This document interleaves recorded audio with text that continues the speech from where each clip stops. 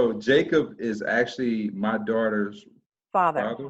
You married, your wife was pregnant when you married her, and she was very honest. You know, you knew that this was another man's baby, but you loved her so much it didn't matter.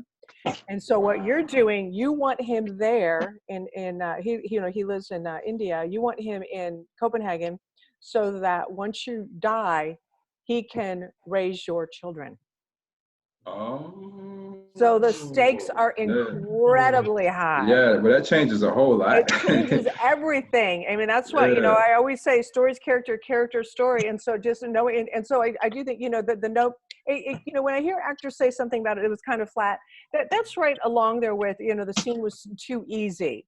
You just kind of along. I think a couple things, you are doing some exploration, because here's the other thing. Before when he was dating your wife, before you married her, he was a real renegade. I mean, I think he was an alcoholic, and he was angry, and he was troubled, and he had all these problems, but he really turned his life around. And so for him, the big selling point for you is that he's running a freaking orphanage now. There's something extremely selfless about him now. He got clean and sober. And so the wedding is over the weekend. It's your way of like really just reintegrating him back into the family. I mean, there's this moment in the film where the Jacob character, he gets there late at the church at the wedding, and your wife is sitting in the front row, and she turns around to look at him, and it's like, holy shit, where did he come from? Because she knows who it is. And it's like, how did he get invited? And then I think it's sometime during the wedding, all of these little truths come out, the secret comes out. And so essentially, by the time you get to the end, I mean, the Jacob character is really angry at you, because then finally you tell him that you're going to give, it's like $10 million a year to his orphanage. But there's a stipulation, and it's essentially that Jacob has to stay in Copenhagen and raise your kids. Yeah. And the other thing that's so beautiful about your character, on some level, that your wife always loved this guy. And because he is a different person now, it's a damn powerful movie. So we have to just really build, you had to keep in mind, because did you have a substitution for Devin? No, I did not. Yeah, but now that it's not about, about the money. It's about, I need you to take care of my family. All right. And so you're kind of qualifying him. That's what you got these questions. So you don't have any family, you're single, right? He's got no strings attached except for the orphanage. But you're pretty sure that you can convince him to move away from that. So, and then also, I think I don't remember exactly what his illness was, and I don't think they even bring it up in the film, but as an actor, it's up to you to figure out, what do you think he's got? Maybe it's some sort of lung cancer, and maybe every now and then he's got a little cough, or he has to sit down every now and then because he gets weak, but in order to essentially well, I don't know, you're trying to convince this guy who is clearly, and when I give Devin his notes, this will make a little bit more sense. Clearly, this guy doesn't like you. All right. The only reason he's putting up with you is because you're a fucking billionaire.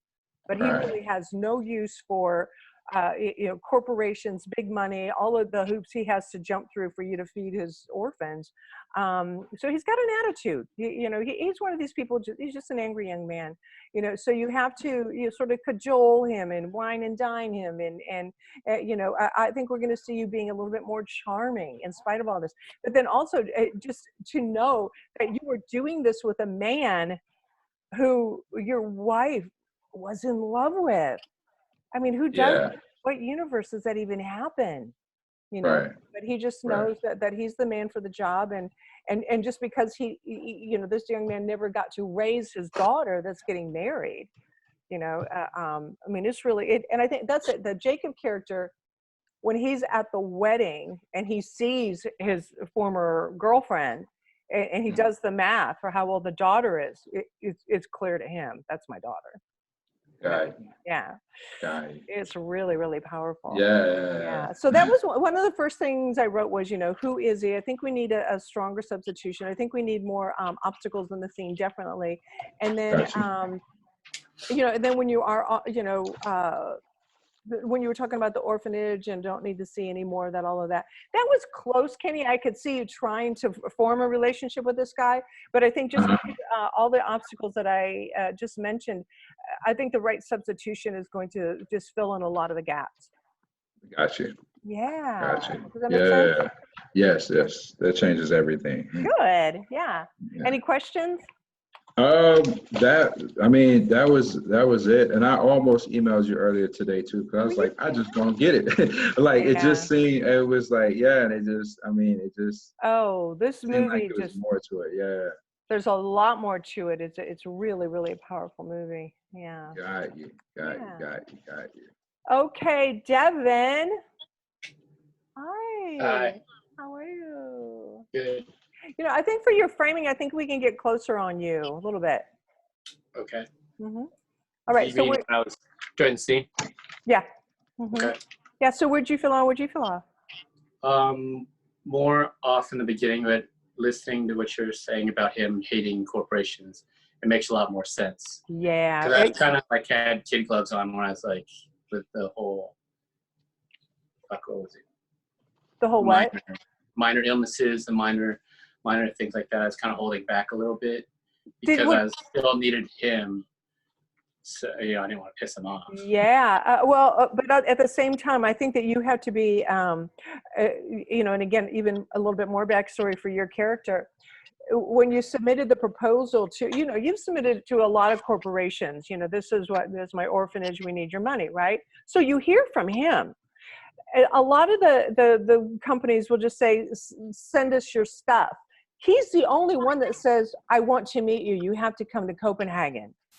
And you're like, what the hell? So, and you're really put out. It's very clear at the very beginning of the movie, you don't like, these big businesses. You don't like billionaires. You don't like traveling.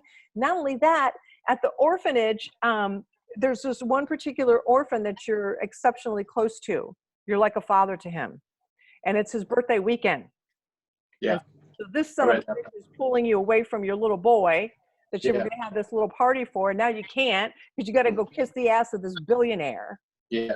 So you are really, it's like, oh, but you're going to do it. You're going to do it. Yeah. And then when he says, oh, why don't you spend the weekend? And so I liked what you did at the end there when he said $1 million, because it seemed like you were happy about that, but he's really not. He's pissed off because he says, I'm going to think about it. And so when you say, well, that wasn't my understanding was I was just going to come here, you were going to look at my materials and give me my money. And then he tells you to spend the weekend, and you don't want to spend the weekend. And then you finally do, and then you go to the church, and then, oh my God, you see your old lover and you realize you got a daughter. It's like, ooh, there's a lot going on here. So I think that the big notes is stronger substitution. What did you have it interrupted for what the orphanage was to you, Devin? No, wasn't. No. Let's make that more important. No. If you really, whatever your cause would be, if you were really going to go to bat for something or someone, cause, have that in place. All right. And then, essentially you're here. It doesn't ever feel good to kiss anybody's ass, but to kiss the ass of somebody that we perceive as the enemy, there's nothing harder, Like, yeah. I think you're just evil incarnate. Basically, you're out there polluting the environment. You don't pay taxes, and yet I have to kiss your ass. That doesn't feel good. So let's give this guy a little bit more of an edge. Yeah. Does that make sense? Yes. Okay, that's what we need to do. Yeah, because I think it is, just like I told Kenny, I think overall it was just too easy. All right? All right. Any questions? Nope. All right. Thank you. Thank you. Thank you. To our theme.